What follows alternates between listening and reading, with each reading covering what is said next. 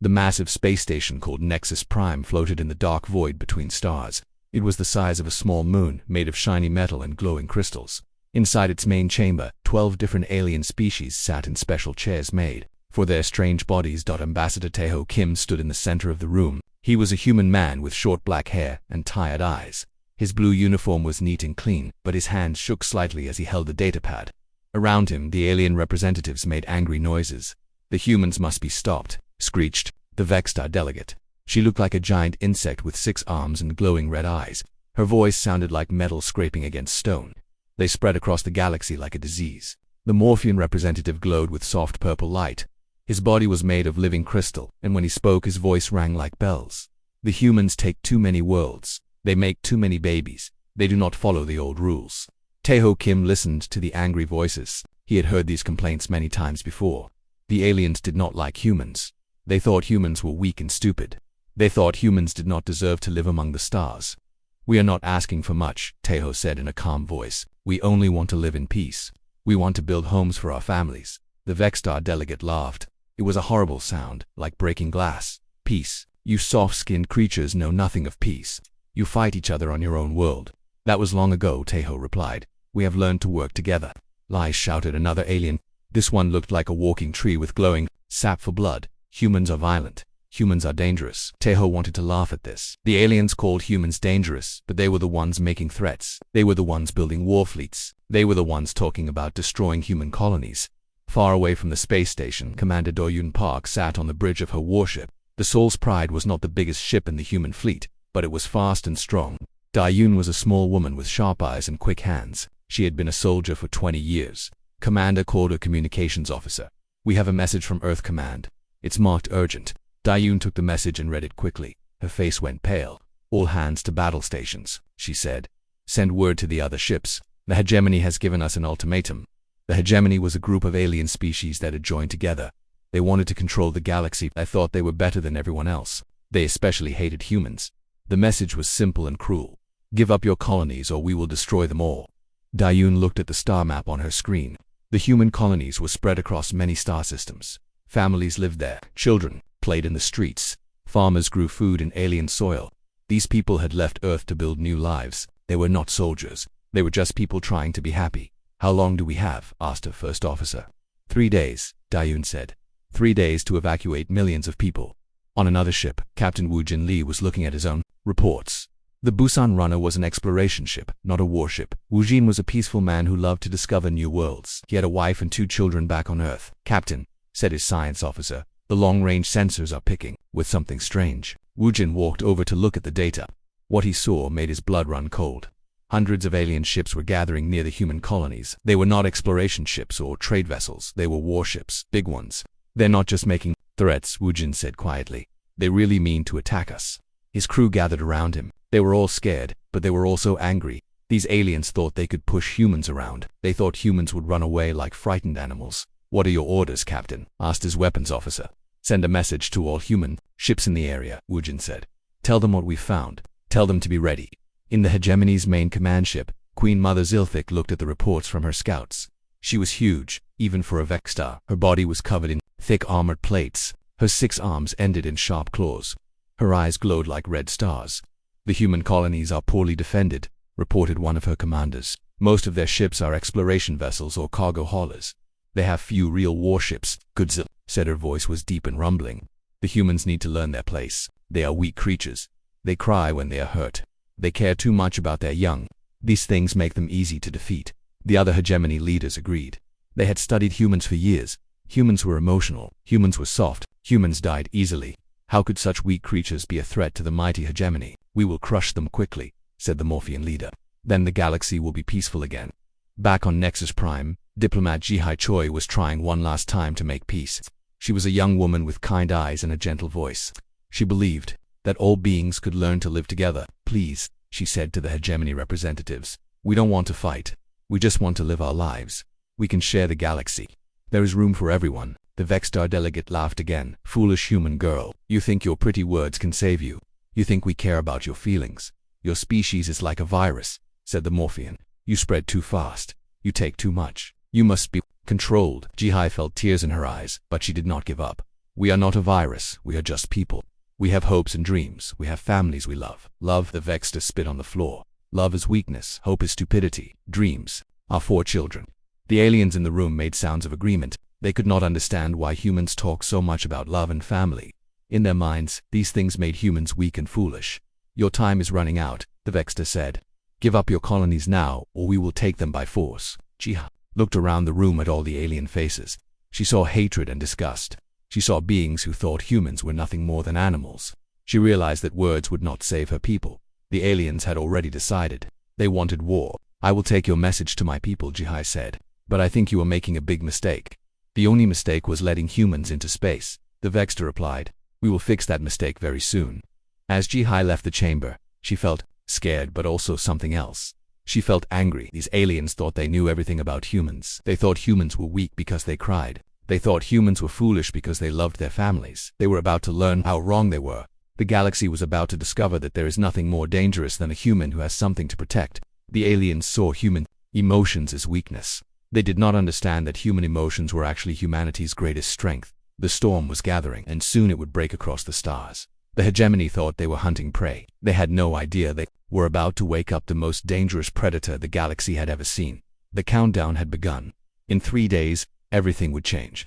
The 3 days passed quickly. The hegemony fleet moved like a dark cloud across space. Their ships were massive and covered in weapons. They had shields that could stop any attack. They had computers that could think faster than any human brain. Admiral Hyan Suyun watched from his command ship as the enemy approached. He was an old man with gray hair and many scars. He had fought in space battles before, but never against so many ships. The human fleet was small compared to the hegemony armada. Sir, said his tactical officer, they're starting their attack on Nuji. On the planet's surface, the bombardment began. Bright lights fell from the sky like deadly rain. Buildings exploded. The ground shook. People ran for the underground shelters that had been built years ago. Borum Shin held her 2 children close as the bombs fell above them. She was a teacher, not a soldier. Her husband worked in the mines. They had come to New Jungju to build a new life for their family. Now death was falling from the stars. Mummy, I'm scared, whispered her little daughter. Don't worry, Bjorn said, trying to keep her voice steady. The soldiers will protect us. But there were not many soldiers on New Jungju. Most of the defense force was made up of ordinary people, farmers, miners, shop owners. The hegemony had planned it this way. They attacked the weakest targets first. The Vextar ground forces landed near the main city. They wore heavy armor and carried powerful weapons. Their commander, a massive insect-like creature called Zactyl, laughed as he looked at the human settlement. This will be easy, he told his soldiers. The humans are hiding underground like worms. We will dig them out and crush them. But when the Vextar soldiers reached the first shelter, something unexpected happened. The humans did not surrender. Instead, they fought back. Seo Kajin Kong had been a Marine 20 years ago. Now he was a farmer, but he still remembered how, with the fight, when the aliens broke into the shelter, he was ready for them. For our children, he shouted, and threw a homemade bomb at the enemy. The explosion knocked down 3 Vextar soldiers. The other humans in the shelter cheered and grabbed whatever weapons they could find. Kitchen knives, farming tools, pieces of broken metal, anything that could hurt the invaders. The Vextar were confused. Their intelligence had said humans were weak and cowardly.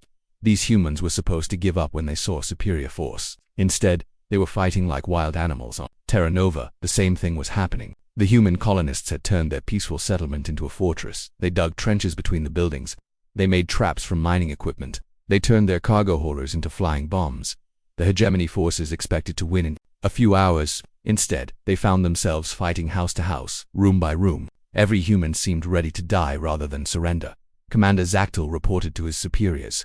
The humans are not fighting like we expected. They use strange tactics. They do not follow proper military rules. What do you mean? Asked the Morphean commander on the flagship. They attack when they should retreat. They fight when they should surrender. Some of them sing while they die. It makes no sense. Dr. Mi-Young Lim was studying the alien communications from her research station. She was a scientist who specialized in alien behavior. What she heard in the intercepted messages worried her. The hegemony commanders were starting to sound frustrated. They kept asking why the humans would not act like proper defeated enemies. They could not understand why humans fought harder when things got worse. They're missing something important, Mi-Young said to her assistant. They think our emotions make us weak. They don't realize that our emotions make us strong. On the hegemony flagship, Queen Mother Zilthak was getting angry reports from all 3 attack sites. The battles should have been finished by now. The humans should have surrendered or been destroyed. How many humans have we killed? She asked. Many thousands, replied her intelligence officer. But for everyone we kill, 2 more seem to take their place. They keep coming. That's impossible. Where are they getting more soldiers? They're not soldiers, Your Majesty, they're civilians. Shop owners, teachers, children barely old enough to hold weapons.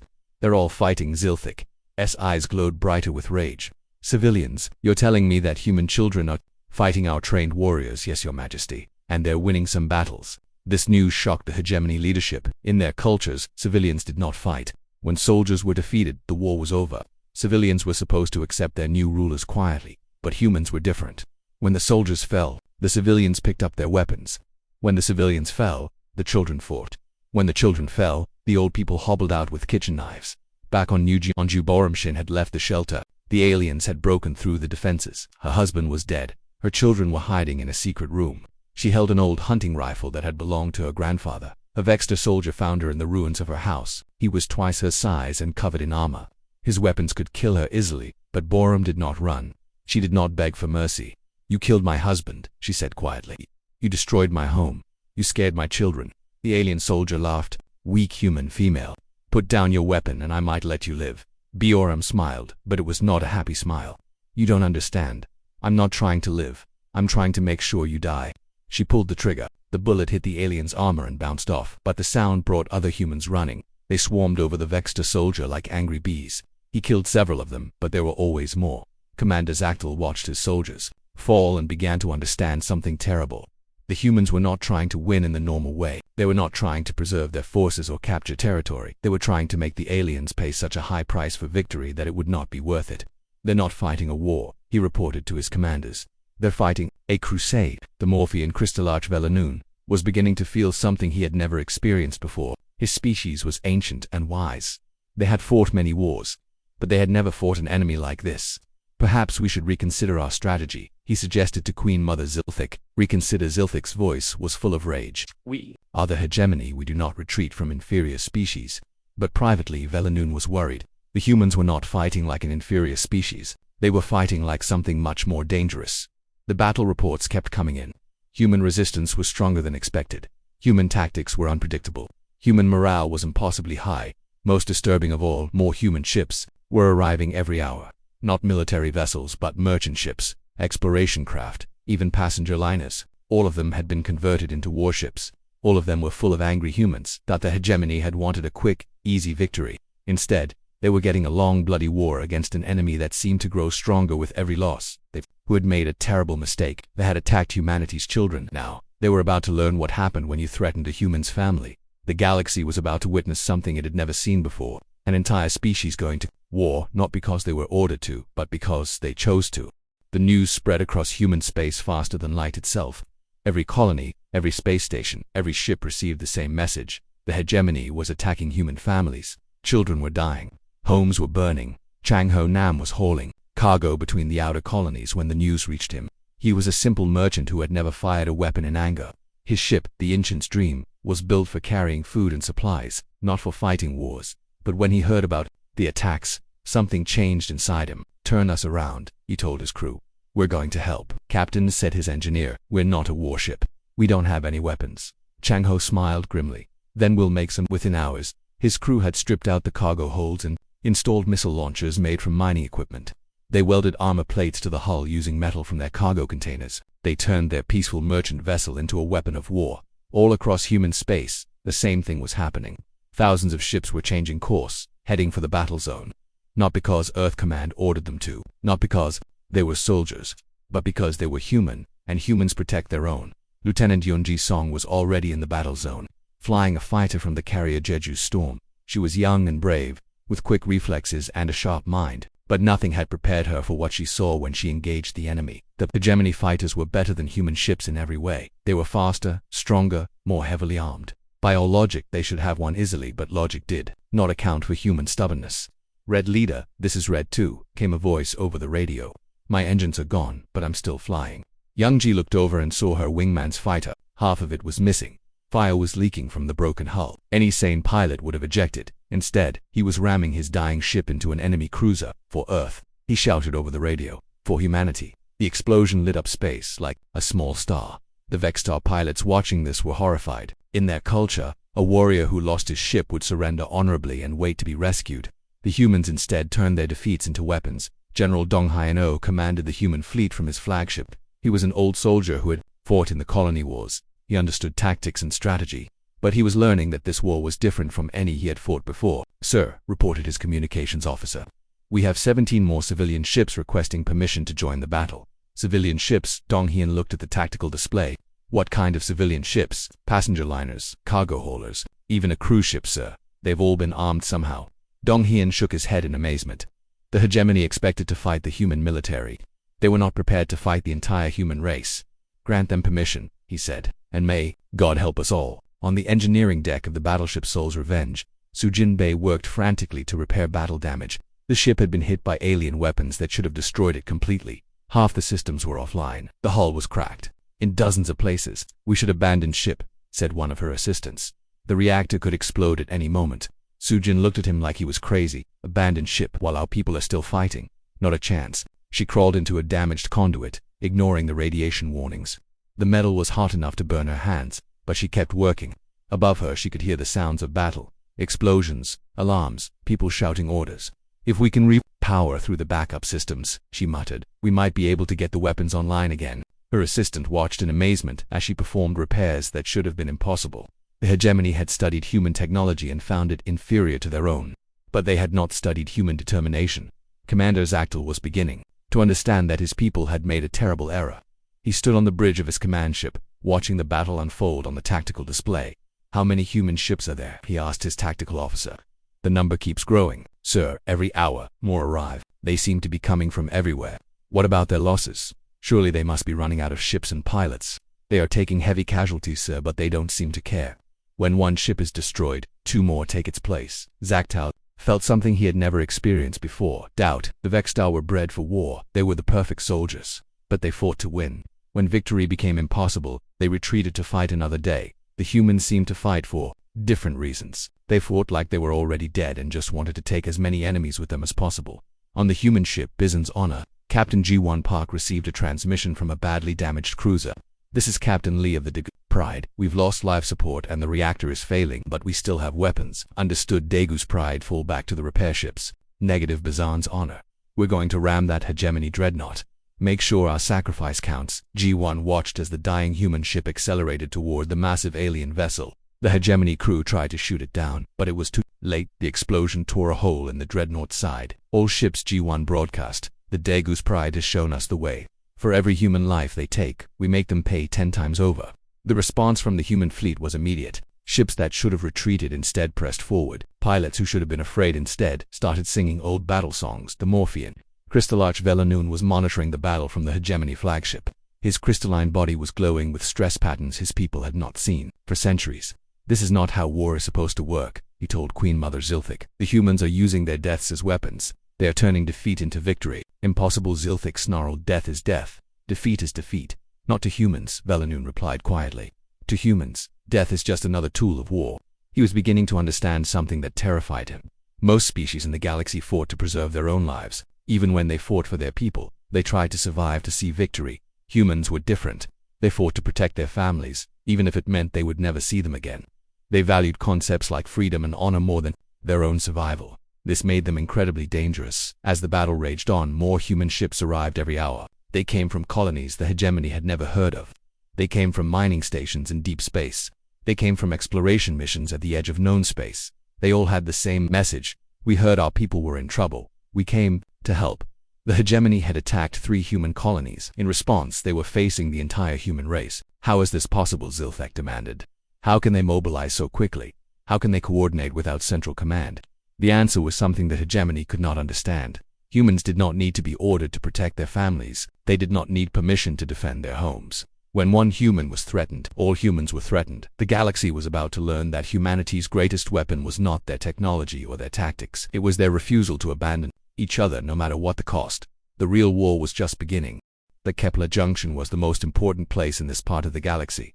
All the major space lanes passed through it. Whoever controlled the junction controlled trade, travel, and communication between dozens of star systems. The hegemony had brought their mightiest battleship to defend it.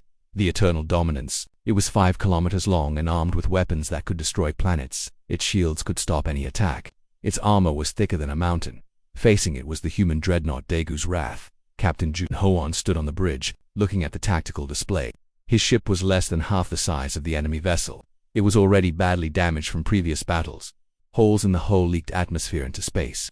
"Sir," said his weapons officer, "their ship is 10 times more powerful than ours. We can't win this fight." Junho smiled sadly. "We're not trying to win, Lieutenant. We're trying to show them what humans are made of." The two ships faced each other across the dark void. On the hegemony ship, the crew felt confident. Their vessel was clearly superior.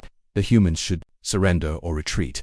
Instead, the human ship accelerated toward them. "They're going to ram us," shouted the Vexstar tactical officer. "Impossible," replied their captain.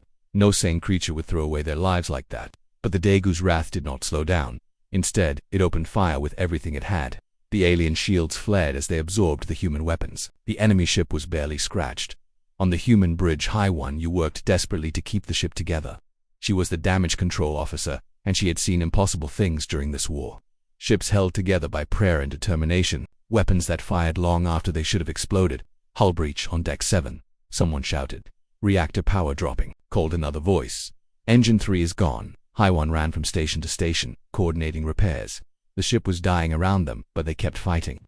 Every human on the bridge had a job to do, and they would do it until they could not. Breathe. Minho SEO sat at the weapons console. His hands were burned from an electrical fire, but he did not stop firing. The ship's computer kept telling him that their weapons could not penetrate the enemy shields. He ignored the computer. Humans had been doing impossible things for millions of years. "Target their shield generators," Junho ordered. "Sir, our weapons can't penetrate their defenses." "Then we'll make them penetrate." The human ship fired again and again. Each shot did tiny damage to the massive alien vessel. But the damage was adding up. The hegemony shields were weakening. On the alien ship, the Morphean crystal Archvelanoon was watching the battle with growing amazement. The human ship should have been destroyed minutes ago. Instead, it kept fighting, kept moving, kept shooting. "Their ship is falling apart," he observed. "Why don't they retreat?" The Vexstar captain laughed. "Because they are stupid animals. They don't know when they are beaten." But Velanoon was not so sure. He had been studying humans during this war. They were not stupid. They were something much more dangerous than that dot on the human ship. Communications officer Gai Yun Wang received a transmission from the hegemony vessel. It was a demand for surrender. "This is the eternal dominance to the human vessel. You are defeated. Surrender now and your crew will be spared." Gai Yun looked around the bridge. Half the stations were on fire. The ceiling was cracked and leaking coolant. Her captain was bleeding from a head wound but still giving orders. She opened a channel to all frequencies so every ship in the battle could hear. "This is the human warship Daegu's Wrath," she said. Her voice was calm and clear. "We do not surrender. We do not retreat. We do not yield. We are human." She paused, then added words that would be remembered across the galaxy for centuries. "You want to know what makes humans different? We choose to die on our feet rather than live on our knees. We choose to fight impossible battles because someone has to. We choose to protect the weak because it's right, not because it's easy." The transmission continued as the ship shook from enemy fire. "You think you can defeat us because your ships are bigger and your weapons are stronger, but you don't understand what you're fighting. You're not fighting human ships or human weapons. You're fighting the human spirit, and that cannot be destroyed." As she spoke, more human ships arrived at the battle. Some were military vessels, but most were converted civilian craft, cargo haulers with missile pods welded to their hulls, passenger liners bristling with improvised weapons. They all heard Gayun's words. They all saw the Daegu's Wrath fighting against impossible odds. "This is the merchant vessel Soul's Dream," came a new voice. "We're with you, Daegu's Wrath." Mining ship Busan's Hope, standing by. Cruise liner Busan Paradise, ready to fight. One by one, dozens of human ships announced their presence. They formed a battle line facing the massive hegemony fleet. They were outgunned, outnumbered and outclassed in every way, but they were human. On the hegemony flagship, Queen Mother Zilthik was finally beginning to understand what they were facing. The reports from her commanders all said the same thing. The humans would not break. "How many human ships have we destroyed?" she asked. "Hundreds, Your Majesty, maybe thousands." "And how many do they have left?" "More keep arriving every hour. They seem to have unlimited reserves." Zilthik's eyes burned with frustration. Where are they all coming from? The truth was something the hegemony could not comprehend. The humans were not following military doctrine. They were not preserving their forces for strategic advantage. Every human who could hold a weapon was rushing to defend their people. Crystal Archvelanoon was studying the battle patterns when he made a terrible discovery. "Your Majesty," he said quietly, "I believe I understand what we are facing." "Explain." "The humans are not fighting a war. They are fighting for survival. For them, this is not about territory or resources. This is about the right to exist." "All wars are about survival," Zilthak replied. "No, Your Majesty, most wars are about advantage. We fight to gain something or prevent someone else from gaining." something, but the humans believe we want to destroy them completely. Velanoon's crystalline body was glowing with stress patterns. They think this is a war of extinction, so they are fighting like their entire species depends on victory. You're saying they will never surrender. I'm saying they cannot surrender. In their minds, surrender means death for everyone they love. The implications of this hit Zilthek like a physical blow. The hegemony had fought many wars against many species. When the enemy realized they could not win, they made peace. They negotiated. They found a way to survive. But if the humans believed this was a fight to the death, then they would fight to the death. Back on the Dagus Wrath, Captain Junihoon was preparing for the final attack. His ship was barely holding together. Most of his crew was dead or wounded, but they had accomplished something important. They had shown the galaxy what humans were capable of. All remaining power to weapons, he ordered. Sir, that will overload the reactor, warned his engineer. Good. When we explode, we'll take them with us. The human ship accelerated one last time toward the alien dreadnought. This time, the hegemony crew did not laugh. They had seen what happened when humans decided to die. The explosion lit up the Kepler junction like a new star. When the light faded, both ships were gone. But across human space, the message was clear. If you wanted to fight humanity, you had better be prepared to fight all of humanity. And humans would rather die than lose. The galaxy had finally learned what made humans the most terrifying warrior species in known space. It was not their technology or their tactics. It was their absolute refusal to give up. The hegemony flagship Eternal Dominance was dead in space. Its mighty engines were silent. Its powerful weapons were destroyed. Deep inside its twisted metal corridors, the survivors waited for the end. Admiral Young Sik Kwan led the boarding party through the broken alien ship. He was an old man with scars on his face and sadness in his eyes. Behind him came Marines S.A. Urim Cho and Jae-wook Im. They moved carefully through the dark passages, their weapons ready. The hegemony crew had abandoned most of the ship. Those who remained were not fighting anymore. They huddled in corners, their eyes wide with fear. These were the same aliens who had laughed at human weakness just days before. Now they were afraid of the humans they had called soft and weak. Sir, whispered S.A. Urim Cho, they're not even trying to fight us. They're scared, replied Admiral Kwan. They finally understand what they're dealing with. The boarding party reached the command center. The doors were sealed, but human engineering had learned many tricks during this war. Jae-wook implanted charges on the locks. The explosion echoed through the ship like thunder. Inside the command center, Queen Mother Zilthik waited alone. The massive Vexstar Queen sat in her command chair, her 6 arms folded across her armored chest. Her red eyes still glowed, but the fire in them had dimmed. Standing before her was Captain Sora No of the human cruiser Inchen's Fury. Sora was small compared to the alien queen, but she stood straight and proud. Her uniform was torn and stained with blood, but her spirit was unbroken. You have come to gloat, Zilthik said. Her voice was bitter with defeat. No, Sora replied. I have come to accept your surrender. Surrender, Zilthik laughed, but it was a broken sound. You think this is over? You think you have won? Sora looked around the ruined command center. Bodies of alien officers lay scattered on the floor. The great displays that had once shown hegemony dominance now showed nothing but static. I think you attacked our children, Sora said quietly. I think you called us weak. I think you learned better. For the first time in her long life, Queen Mother Zilthik felt something she had never experienced before. True fear, not fear of death, but fear of what humanity represented. We were wrong, she admitted. We thought you were prey animals. We thought your emotions made you weak. Our emotions make us human, Sora replied. They make us care about each other. They make us willing to die for strangers. You saw this as weakness because you don't understand love. The alien queen stared at the small human woman. What are you? We are what happens when a species learns to fight for something bigger than itself, Sora said. We are what happens when love becomes a weapon. On the bridge of the human flagship, Dr. Kungmin Roo was preparing the surrender documents. He was a diplomat, not a soldier. But this war had taught him things about humanity that he had never understood before. The Galactic Council was demanding an explanation. How had a primitive species defeated the mighty hegemony? How had humans won when they were outnumbered and outgunned? It's simple, Kungmin told the assembled alien representatives. You attacked our families. You threatened our children. You gave us no choice but to fight. The Morphean crystal arch Velanoon glowed with confusion. But you had choices. You could have surrendered your colonies. You could have accepted our rule. No, Kungmin said firmly. We could not. Because we are human, and humans do not abandon their own. He turned to address the full council. Representatives from dozens of species watched him with new understanding in their eyes. You all made the same mistake, he continued. You saw our tears and thought we were weak. You saw our love for our families and thought we were soft. You saw our willingness to die for abstract concepts like freedom and honor, and you thought we were stupid. The council chamber was silent except for the hum of the life support systems. But those things are not weaknesses. They are our greatest strengths. A human who fights for pay will retreat when the pay stops coming. A human who fights for conquest will surrender when conquest becomes impossible, but a human who fights for love will never stop fighting. The alien representatives shifted uncomfortably in their seats. Many of them had supported the hegemony's attack on humanity. They had thought it would be an easy victory. You want to know what makes humans the galaxy's most terrifying warrior species? Kelman asked. It's not our weapons or our tactics. It's our refusal to let evil win. It's our willingness to pay any price to protect the innocent. In the weeks that followed, the news spread across the galaxy. The mighty hegemony had surrendered to the humans. The weak species from the third planet of an ordinary star had defeated an alliance that controlled hundreds of worlds. But more importantly, the galaxy learned why other species fought for territory, resources, or dominance.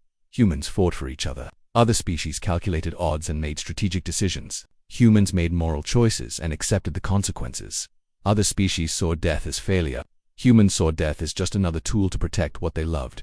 The surrender ceremony took place on Nexus Prime, the same space station where the crisis had begun. Ambassador Taeho Kim stood where he had stood before, but everything had changed.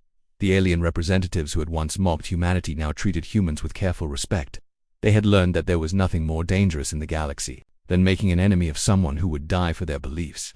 The hegemony formally surrenders all claims to human territory, announced the Vexter representative. His voice shook as he spoke. We withdraw our forces and request mercy from the human government. Taeho Kim accepted the surrender documents. He thought about all the humans who had died in this war. Soldiers and civilians, young and old, all of them united by their refusal to abandon their people. The human government accepts your surrender, he said. We will not seek revenge. We will not demand tribute. We ask only that you remember what you learned here. What did we learn? Asked the Morphean representative. You learned that humanity's strength comes not from our bodies or our machines, but from our hearts. You learned that we will go to any length to protect our families. You learned that we would rather die as free beings than live as slaves. As the ceremony ended, pilot Jinwoo Park was already preparing for humanity's next mission. The scout ship Olsen's Hope was being loaded with supplies for a journey to the unknown regions beyond the galactic rim. Why are we exploring again so soon? Asked his co-pilot. Haven't we earned some peace? Jinwoo smiled as he looked at the star charts. Because that's what humans do. We explore, we discover, we push into the unknown. And if we find more hostile aliens out there, then they'll learn the same lesson the hegemony learned. They'll learn that you can push humans pretty far, but there's a line you cannot cross. And when someone crosses that line, Jinwoo's voice trailed off as he thought about the war they had just won. The galaxy was vast and full of wonders, but it was also full of dangers. Humanity would continue to explore, to grow, to spread among the stars. And wherever humans went, they would carry with them the same message they had sent to the hegemony. We are human. We do not yield. We do not break. We protect our own. The Olsen's Hope launched from Earth orbit and disappeared into hyperspace. Behind it, the blue-green world continued to turn, home to the species that had proven itself the galaxy's most terrifying warriors, not through cruelty or conquest, but through love. The aliens had finally learned the truth about humanity. They had learned that there is nothing more dangerous in the universe than someone who fights not for themselves, but for others. They had learned that emotional creatures are not weak. They are the strongest of all. Most importantly, they had learned that when you threaten a human's family, you don't just make an enemy of that human. You make an enemy of every human who has ever lived or ever will live. The galaxy would never make that mistake again. In the vast darkness between the stars, humanity continued its eternal journey. They carried with them the knowledge that they were not alone, that the universe was full of wonders and terrors beyond imagination. But they also carried the certainty that whatever they found out there, they would face it together, as they always had, as they always would, because they were human.